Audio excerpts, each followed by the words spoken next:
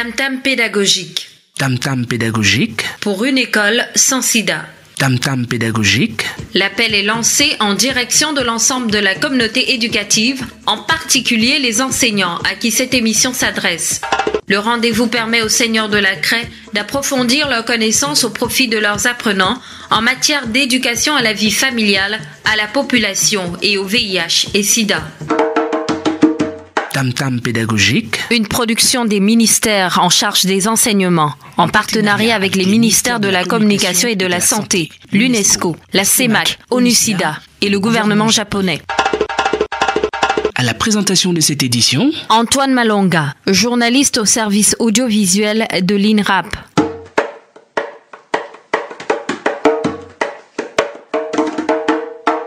Chers auditeurs et auditrices, bienvenue à notre émission Tam-Tam pédagogique pour une école sans sida. L'émission de ce jour est intitulée « Les adolescents face aux fléaux sociaux ». Invité, M. Jean-David Samba, professeur de français au lycée Chaminade, membre du pôle de formateurs en communication sociale sur le VIH et SIDA. M. Jean-David Samba, bonjour. Bonjour, M. Malonga. Les adolescents face aux fléaux sociaux, nous avons jugé nécessaire de vous produire d'entrée de jeu les chiffres inquiétants qui, du reste, les justifient en milieu de l'adolescence au Congo. Que disent alors les statistiques, M. Samba? Il faut tout de suite dire que 15,6% d'élèves de 13 à 15 ans ont déjà fumé une cigarette et 5,5% d'entre eux sont des fumeurs actifs. Plus de 88,7% de jeunes de 13 à 15 ans, fumeurs actifs, ont déclaré vouloir arrêter de fumer et 68,4% ont tenté d'arrêter sans succès. Plus grave, on compte de nombreux jeunes parmi les consommateurs de drogue. De même, des jeunes Congolais de deux sexes consomment de l'alcool et 50% parmi eux en ont une consommation excessive. 4/10 des élèves sont exposés à la fumée dans les lieux publics et la majorité du public pense qu'il faut interdire de fumer dans ces lieux. Un bon nombre de filles de moins de 18 ans se prostituent. Aussi, à l'occasion de cette séquence évoquant les risques liés à l'alcoolisme, à la consommation des drogues et à la pratique de la prostitution. Ce sont autant de fléaux qui exposent les jeunes à des situations à risque et favorisent la transmission des IST, dont le VIH. En effet, la prise d'alcool et de drogue, l'influence négative des pairs inhibe la lucidité, diminue le jugement, expose les jeunes à des relations sexuelles non protégées et à des situations défavorables à la santé de la reproduction. À l'issue de ce thème, chers collègues, vous devez pouvoir identifier et faire identifier par vos apprenants 1. Les méfaits de la drogue, du tabagisme et de l'alcoolisme. 2. Les conséquences de leur consommation sur la santé en général et sur la sexualité en particulier. Pourquoi les jeunes prennent-ils de l'alcool et de la drogue? Bien, pour mieux analyser les raisons qui poussent les jeunes à prendre l'alcool, le tabagisme et la drogue, proposons l'exercice suivant. En exercice 1, petit a, donnez 3 raisons pour lesquelles, à votre avis, les jeunes fument du tabac, prennent de l'alcool et de la drogue. B. Sur la base des réponses individuelles recueillies, dressez une liste commune des raisons évoquées par tous. C. Dites si vous êtes d'accord ou pas d'accord avec les arguments avancés ci-après comme raison justifiant les dérives des jeunes. Les jeunes prennent de l'alcool, de la drogue. Premièrement, parce qu'ils n'ont pas assez d'informations sur les méfaits de ces produits. D'accord ou pas d'accord. Deuxièmement, parce qu'il n'y a pas de campagne de sensibilisation contre les effets nocifs de ces produits à l'école. D'accord ou pas d'accord. Troisièmement, parce qu'ils ont des problèmes dans leur famille. D'accord ou pas d'accord. Quatrièmement, parce qu'ils sont timides et pensent se procurer du courage. D'accord ou pas d'accord. Cinquièmement, parce qu'ils sont influencés par la mauvaise compagnie. D'accord ou pas d'accord. Sixièmement, parce que c'est extrêmement facile à s'en procurer. D'accord ou pas d'accord. Septièmement, parce qu'ils veulent être à la mode. D'accord ou pas d'accord. Huitièmement, parce que la cellule familiale est permissive. D'accord ou pas d'accord. Neuvièmement, parce qu'ils cherchent la performance sexuelle. D'accord ou pas d'accord. Dixièmement, parce qu'ils cherchent des sensations fortes. D'accord ou pas d'accord. Onzièmement, parce qu'ils sont facilement influençables par la publicité, les médias. D'accord ou pas d'accord. Douzièmement, enfin, parce qu'ils sont influencés par les parents et les voisins consommateurs. D'accord ou pas d'accord. Abordons maintenant le phénomène de la prostitution au milieu scolaire. Eh bien, pour mieux aborder ce phénomène de la prostitution en milieu scolaire, examinons l'exercice 2 que voici. Petit a, à votre avis, ce phénomène est-il courant dans votre milieu scolaire? Si oui, pour quelles raisons le pratique-t-on? Sinon, est-ce parfait? Est-ce une bonne attitude? B. Faites la liste de l'ensemble de vos contributions. Petit c. À l'issue de la collecte de vos contributions, dites si vous êtes d'accord ou pas d'accord avec les arguments proposés dans la synthèse suivante. Arguments censés expliquer pourquoi les adolescents et les adolescentes se livrent à la prostitution dans le milieu scolaire. 1. Pour la recherche d'un bon partenaire en vue du mariage. D'accord ou pas d'accord. 2. Pour des raisons de survie, la pauvreté sévissant. D'accord ou pas d'accord. 3. Pour le goût du luxe, c'est-à-dire avoir des toilettes à la mode, des effets vestimentaires tendancieux, le téléphone portable dernier cri. D'accord ou pas d'accord. 4. Pour le plaisir afin de joindre l'utile à l'agréable. D'accord ou pas d'accord. 5. Pour imiter les films pornographiques. D'accord ou pas d'accord. 6. Pour la recherche de l'argent facile. D'accord ou pas d'accord. 7. Pour suppléer la paresse dans les études.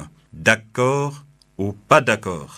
Chers auditeurs, si vous êtes d'accord sur la majorité des arguments avancés dans les deux exercices précédents, nous allons demander à M. Somba de commencer par définir chacun de ces fléaux avant d'en aborder les méfaits.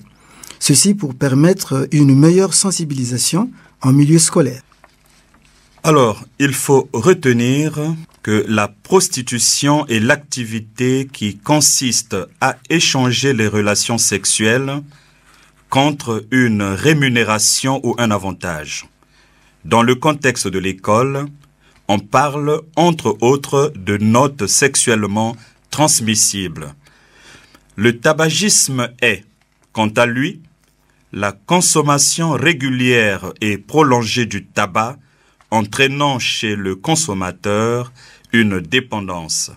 Le tabac étant considéré comme l'ensemble de produits fabriqués entièrement ou partiellement à partir de feuilles de tabac et destiné à être fumé, sucé, chiqué ou prisé.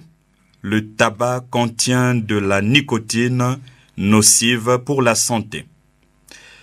Il faut néanmoins distinguer le tabagisme actif qui s'applique directement aux fumeurs du tabagisme passif qui est le fait de subir la fumée d'une autre personne. L'alcoolisme, en ce qui le concerne, est la dépendance à l'alcool, éthanol, contenu dans les boissons alcoolisées. L'Organisation mondiale de la santé reconnaît l'alcoolisme comme une maladie et le définit comme étant des troubles mentaux et troubles du comportement liés à l'utilisation de l'alcool. Le MES en distingue deux types. L'alcoolisme aigu, qui se manifeste par une consommation occasionnelle, plus ou moins intense, et ne comportant pas en règle générale de phénomène de dépendance. Et l'alcoolisme chronique, qui correspond à une dépendance marquée par une consommation répétée et habituelle au-delà des seuils de toxicité. Les drogues, enfin, sont des composés chimiques, biochimiques ou naturels qui agissent sur le cerveau, modifiant les comportements ou les sensations de ceux qui les consomment. Au départ, ces produits licites, comme le café, tabac, l'alcool, ou illicites, comme l'amphétamine, le cannabis, la cocaïne, l'ecstasy et l'héroïne, sont utilisés par plaisir, pour se donner de l'énergie ou suivre la mode. Mais au bout d'un certain temps, l'organisme en redemande. C'est alors que l'on devient dépendant, voire toxicomane. Oui, M. Somba, nous allons parler des méfaits de ces fléaux sociaux. Chaque année, monsieur le journaliste, le tabac tue plus de 5 millions de personnes, plus que le VIH et SIDA, la tuberculose et le paludisme réunis. Il s'agit du seul produit légalement en vente qui entraîne la mort lorsqu'il est utilisé exactement comme le prévoit le fabricant. Environ 40% des enfants dans le monde sont régulièrement exposés au tabagisme passif à la maison et 31% des décès attribuables au tabagisme passif concernent les enfants. L'alcoolisme dans le monde cause environ 1 800 000 morts par an. En effet, l'éthanol conduit à l'état d'ébriété, avec ralentissement des réflexes et diminution de la vigilance, à un état d'euphorie ou de tristesse, de mauvaise appréciation des situations, de troubles de l'équilibre, jusqu'au coma éthylique pouvant entraîner le décès. À moyen et long terme, une consommation chronique de l'alcool a des répercussions directes sur le système nerveux, le foie, risque de cirrhose par exemple, le pancréas, le système cardiovasculaire, possibilité par exemple de contracter l'hypertension artérielle, la cardiopathie, etc. L'appareil sexuel, perte du désir sexuel, impuissance, éjaculation précoce.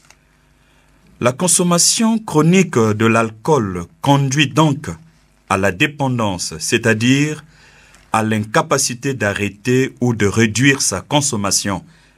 Elle augmente en outre le risque de cancer, cancer du foie, cancer du pancréas, cancer de la bouche, cancer de l'œsophage, cancer de l'estomac, cancer du sein.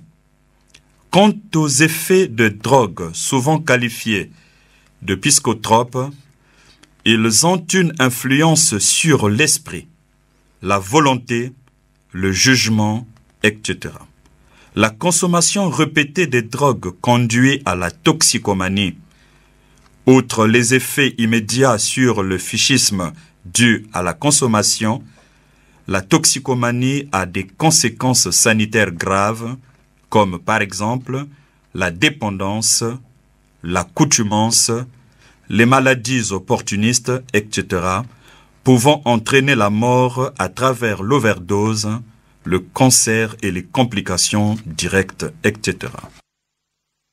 Monsieur Somba, pouvez-vous proposer à nos auditeurs un exercice? Eh bien, ils peuvent retenir l'exercice suivant.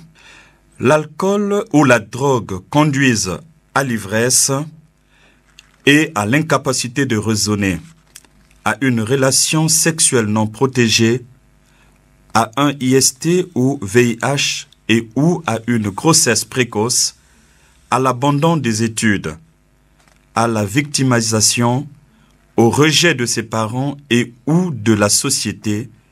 Pire, il est possible que l'enfant attendu naisse infecté au VIH et ainsi le cercle vicieux se poursuit comme une malédiction continuelle. Sur cette base, faites chacun un exemple de chaîne de conséquences des fléaux sociaux courant dans votre environnement, qu'il s'agisse du tabagisme, de la prostitution, du viol, etc. C'est un type d'exercice interactif qui peut être fait avec vos apprenants en salle de classe afin qu'ils apprennent à réaliser la chaîne de conséquences des actes qui paraissent au départ mineurs. Tam Tam pédagogique pour une école sans sida. Comment lutter contre la consommation de drogue, du tabac, d'alcool et la prostitution en milieu scolaire?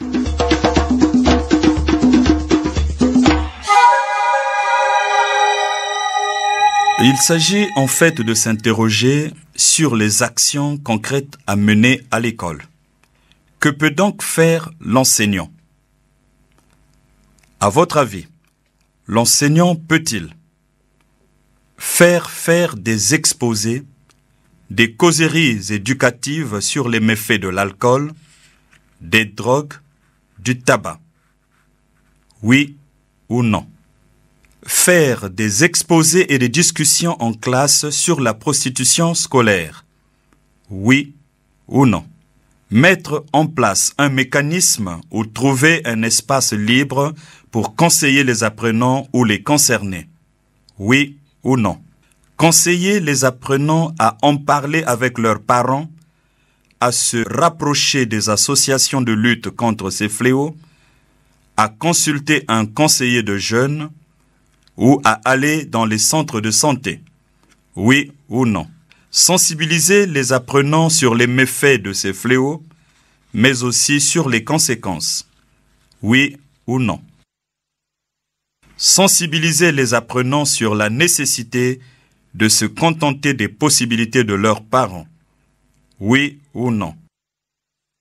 Si vous pensez que ces questions sont possibles, alors expérimentez-les dans votre établissement. Revenons à notre sujet sur les méfaits des fléaux sociaux et surtout venons-en à la recherche des solutions possibles. Pensez-vous que le chef d'établissement scolaire puisse décider que l'école soit un milieu non fumeur pour les apprenants, les enseignants, les visiteurs? Oui ou non? Interdire l'usage de l'alcool, du tabac, dans toutes les activités scolaires, même en dehors des murs de l'école? Oui ou non? Interdire toute forme de publicité du tabac, d'alcool dans l'environnement scolaire, bâtiments et aires de jeu et sur les publications de l'école? Oui ou non? Interdire le parrainage par l'industrie du tabac ou d'alcool de toutes les activités scolaires? Oui ou non? Prendre des sanctions contre les apprenants qui se droguent à l'école, fument ou boivent de l'alcool? Oui ou non? Dénoncer les épiceries et les bars se trouvant autour de l'établissement dans des zones non conformes aux normes scolaires? Oui ou non? Soutenir et favoriser les campagnes organisées par les apprenants sur la lutte contre le tabac et l'alcool, notamment la recherche des partenaires et des appuis auprès des structures de santé ou des associations œuvrant contre ces fléaux? Oui ou non? Meubler les temps libres des apprenants et, si possible, développer les sports de groupe dans les écoles? Oui ou non? Organiser des journées portes ouvertes et des causeries avec les parents d'apprenants pour attirer leur attention sur l'ampleur du phénomène dans les collèges et les lycées. Oui ou non? Voilà autant d'opportunités, chers collègues, à explorer pour les chefs d'établissement pour passer à l'action et faire émerger un changement positif réel en milieu scolaire. Que peuvent faire les apprenants? Eh bien, selon vous, les apprenants peuvent-ils? Action possible: ne pas fumer, ne pas boire de l'alcool, ne pas consommer les drogues, ne pas se prostituer. Oui ou non? Organiser des campagnes de sensibilisation sous forme de causeries éducatives, théâtre, expositions, lors des célébrations de la journée contre le tabac, date du 31 mai, de la journée de la jeunesse, le 11 février, de la journée mondiale de la santé, 7 avril, de la journée de lutte contre le VIH, le 1er décembre, oui ou non? S'engager dans les clubs scolaires pour être père éducateur, oui ou non? Nous avons la responsabilité, chers collègues, d'engager nos élèves à développer les comportements protecteurs. Que nous réserve l'exercice numéro 4? Eh bien, ensemble, essayons de voir une situation, problème significative qui sonde nos compétences. Après une soirée bien arrosée avec l'un de vos amis, ce dernier, malgré son état d'ébriété, tient à conduire son véhicule pour raccompagner puis regagner son domicile. Décrivez dans vos cahiers vos efforts que vous faites pour le convaincre à ne pas conduire dans son état. Face à un problème de cette nature, les différentes étapes à suivre sont les suivantes. La première étape vous amènera à exposer votre préoccupation en utilisant les formules qui font passer des messages positifs. Par exemple, au regard de la quantité d'alcool que nous avons bu, je suis préoccupé. Je ne pense pas que nous soyons encore lucides. Et dans notre état, il n'est pas prudent de conduire. La deuxième étape va vous permettre de formuler votre demande ainsi qu'il suit. Par exemple, j'espère que cela ne t'embête pas de t'abstenir de conduire. Est-ce que je peux te proposer de donner le volant à notre ami qui s'est contenté de boire des limonades? Il sera notre chauffeur pour l'occasion. Ainsi, nous serons tous en meilleure sécurité. La troisième étape nous fera solliciter son avis. On peut dire, par exemple, que penses-tu de cette proposition? J'espère que tu es d'accord avec moi. C'est pour notre sécurité commune. La quatrième étape, enfin, sera celle de remerciement. Merci de ta compréhension. Ce type d'exercice, chers collègues, est à faire avec les apprenants afin qu'ils développent la capacité de bien négocier les situations à risque en développant une argumentation en étapes. Il ne nous reste qu'à vous remercier pour votre attention habituelle. Merci et à la prochaine occasion.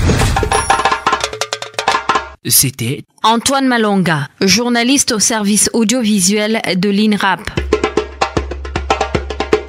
Tam Tam pédagogique. Une production des ministères en charge des enseignements, en partenariat avec les ministères de la Communication et de la Santé, l'UNESCO, la CEMAC, ONUSIDA,